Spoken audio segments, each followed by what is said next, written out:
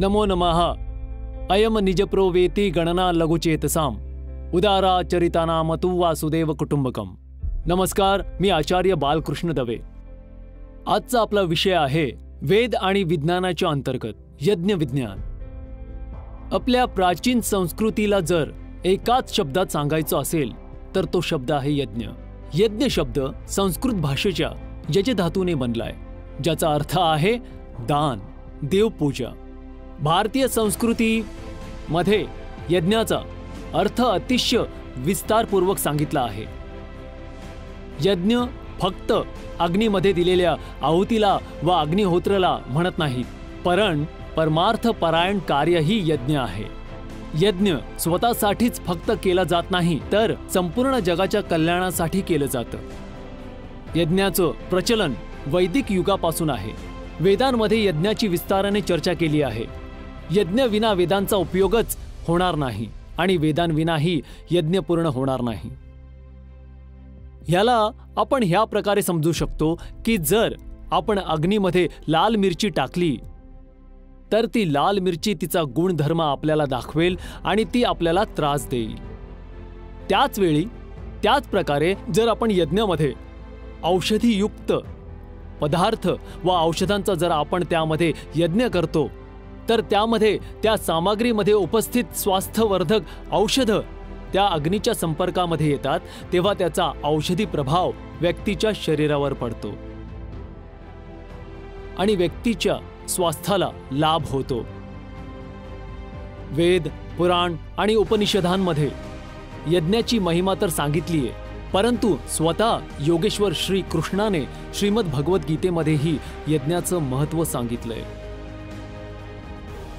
वेदामध्ये विज्ञान आहे, यज्ञामध्ये विज्ञान आहे आणि आज आपण ह्या विषयांतर्गत यज्ञ विज्ञानाची चर्चा करूया।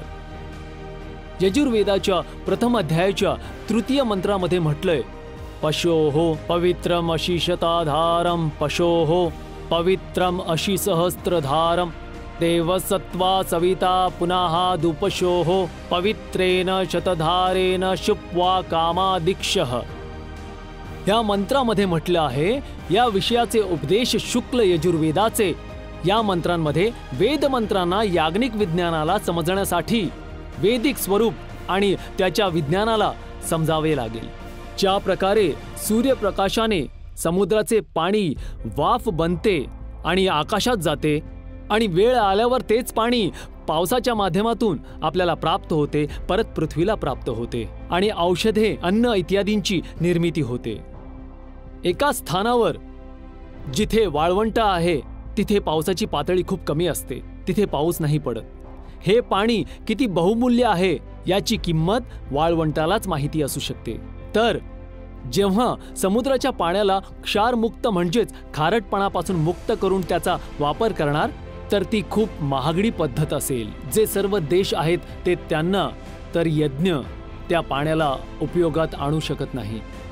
जेव्हा आपण यज्ञ करतो तेव्हा त्याच्या जडीबुटीसोबत शुद्ध देशी तुपाने विशेष प्रकारच्या समिधांसोबत जे सुगंध येतो, जो त्याचा तत्व निर्माण होतो, तो सूर्यकिरणांच्या माध्यमातून वायूसोबत वायुमंडळात व्याप्त होऊन जातं।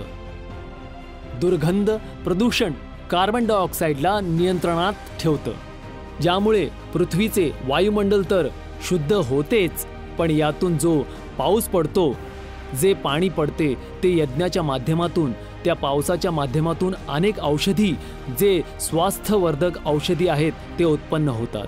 हिंदू धर्मात सर्वोपरी पूजनीय वेद आणि ब्राह्मण ग्रंथात यज्ञ आणि हवनची काय महिमा आहे त्याची काही झलक जी आहे ती आमच्या वेद मंत्रांद्वारे प्राप्त होते।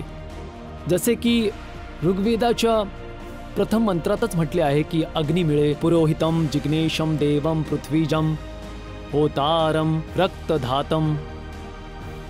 जेव्हा प्रत्यक्ष स्वरूपात देवाचे स्वरूप नव्हते तेव्हा आपण प्रत्यक्ष आणि प्रथम देव आपण अग्नीला मानत होतो। अग्नीच्या माध्यमातूनच देव तृप्त होतात आणि देव तृप्त झाल्यामुळे त्यांना शक्ती प्राप्त होत असते आणि तेच औषधांच्या माध्यमातून आपल्याला आपल्या स्वास्थ्यवर्धक आपल्याला शरीराला प्राप्त होतात।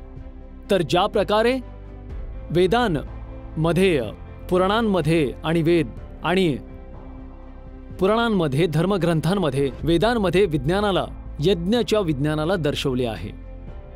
शुक्लेश्वर वेदाच्या तृतीय अध्यायाच्या प्रथम मंत्र जर आपण घेतो, स्वामिधा अग्नी नधु अग्नेश्च यघ्रेत्र यप्रोधेताय मातिथिम आश्मिन हवहाज हो तन.